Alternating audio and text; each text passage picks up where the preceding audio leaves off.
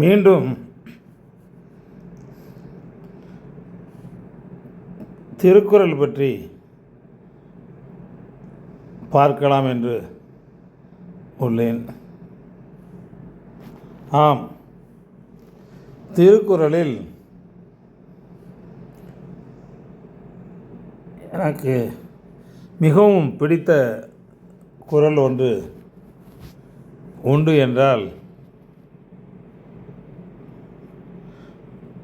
உலக வாழ்க்கையே துறக்கக்கூடிய துறவு என்ற அதிகாரத்தில் உள்ள முதல் குறள் தான். ஆம், அப்படி என்ன முதல் குறளில் வள்ளுவர் சொல்லியிருக்கின்றார்? அது வேறு ஒன்றுமல்ல,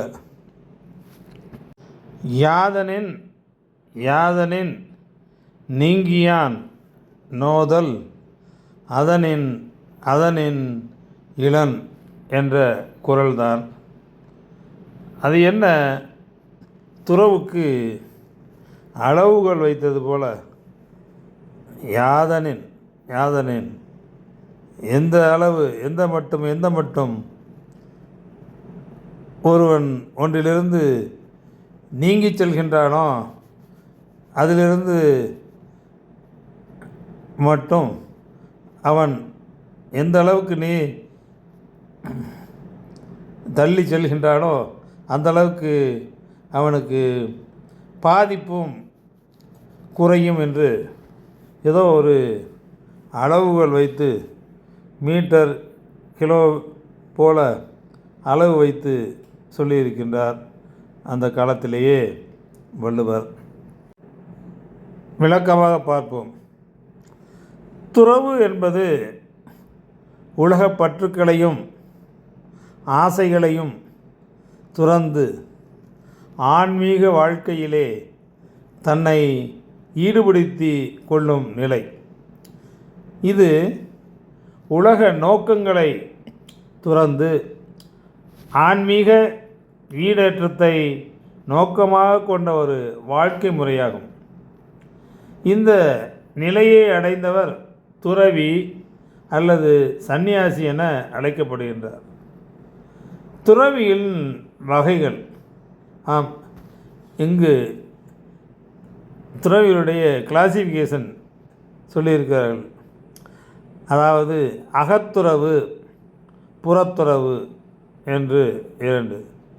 அகத்துறவு என்றால் இல்லறத்திலே இருந்து கொண்டே பற்றற்று வாழும் வாழ்க்கை முறை இது.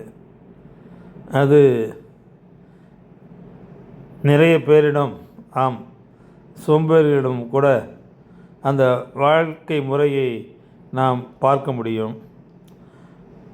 அடுத்து புறத்துறவு, இல்லறத்தை விட்டுவிட்டு தன்னுடைய வீடு பொருள் என எதையும் உரிமையாக்காமல் வாழும் வாழ்க்கை, அதுதான் புறத்துறவு என்பது. அந்த புறத்துறவு சாதாரணமாக நாம் துறவியரிடம் எதிர்பார்க்கக்கூடிய ஒன்று. அடுத்து துறவின் பண்புகள் என்ன என்ன என்று பார்த்தால், ஆசை, பாசம், பற்று ஆகியவற்றிலிருந்து நீங்குதல். அடுத்து உலக இன்பங்களை விட்டு ஆன்மீகத்தை நாடுதல். அடுத்து இறைவனை நோக்கிய தியானம் மற்றும் மன ஒருமைப்பாட்டை கொண்டிருத்தல். அடுத்து சந்நியாசம் அல்லது எளிமையான வாழ்க்கை முறையை பின்பற்றுதல்.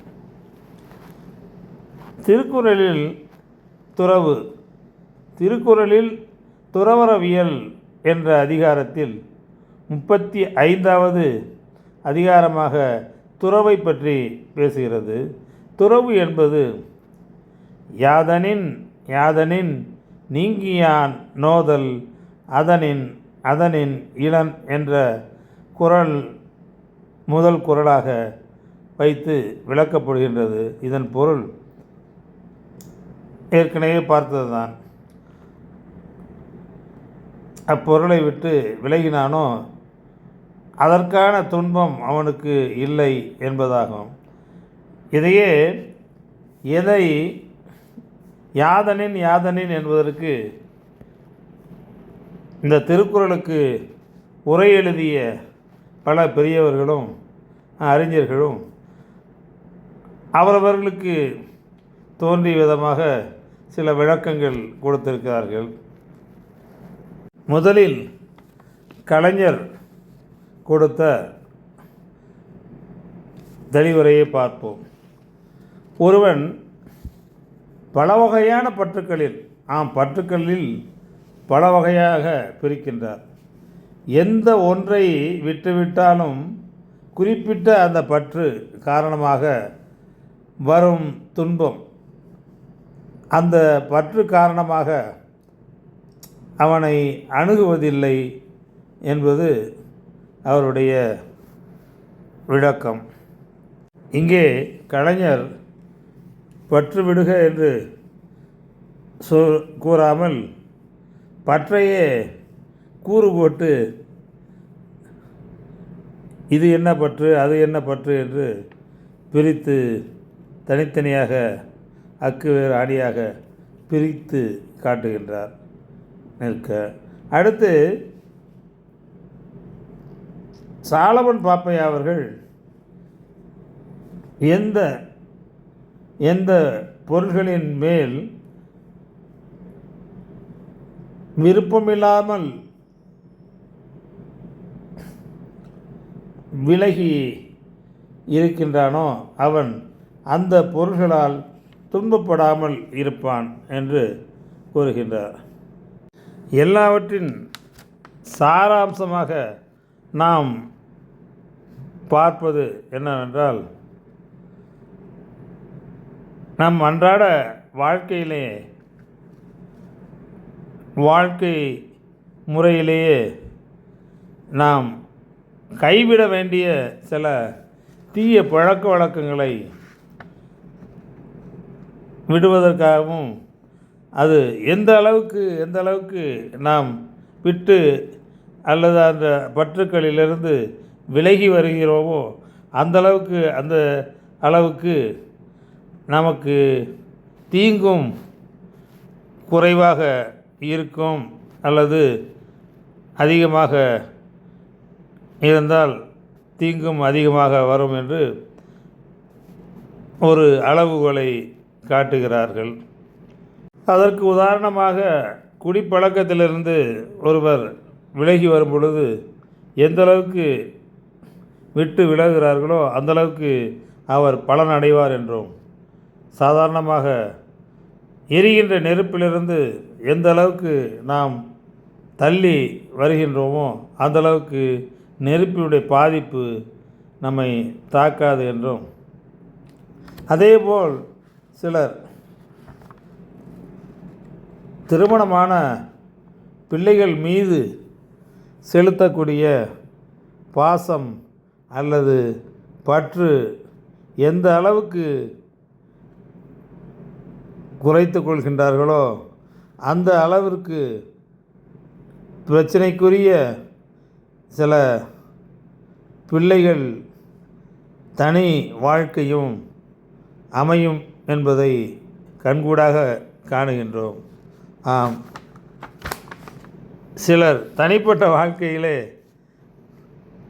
பெற்றவர்களுடைய அல்லது அவர்கள் சார்ந்து இருக்கக்கூடிய மற்றவர்கள் பேச்சை நம்பி இவர்கள் தங்கள் சொந்த வாழ்க்கையை இழக்கக்கூடிய நிலையை நாம் பார்க்கின்றோம். அதிலும் இதே வாய்ப்பாடை பயன்படுத்தலாம். சூத்திரத்தை எப்படி என்றால், எந்த அளவுக்கு அந்த அளவுக்கு பெற்றவர்களும் அவர்கள் உற்றவர்களும் திருமணம் ஆகி பிரச்சனைக்கு உள்ளாகி இருக்கக்கூடிய தம்பதியினுடைய தனிப்பட்ட வாழ்க்கையிலே தலையிடாமல் விலகி இருக்கிறார்களோ அந்த அளவுக்கு அவர்களுடைய தனிப்பட்ட வாழ்க்கையும் அவருடைய எதிர்காலமும் சிறப்பாக இருக்கும் என்பதுதான். பெற்ற பிள்ளைகளின் மீது செலுத்தக்கூடிய அன்பை கூட அவருடைய நன்மையை கருதி எந்த அளவுக்கு குறைத்து கொள்கின்றோமோ அந்த அளவிற்கு அவர்களுக்கு நன்மை பயப்பன என்பது கண்கூடாக பார்க்கின்றோம். எனவே இதுபோன்று பல்வேறு விதமான கருத்துக்களை நாம் காலப்போக்கில் ஒவ்வொன்றாக இந்த குறளிலிருந்து தெரிந்து கொள்ள முடிகிறது. இது எனக்கு பள்ளியில் படிக்கும் பொழுது ஆசிரியர் ஒருவர் 55 வருடங்களுக்கு முன்பு கூறியிருந்தார். செட்டியா என்பவர், எதிர்காலத்தில் நீங்கள் பெரியவர்களாக போன பின்பு இதனுடைய உள் அர்த்தம் என்னவென்று ஒவ்வொரு நாளும் புதிதாக உங்களுக்கு தெரிய வரும்.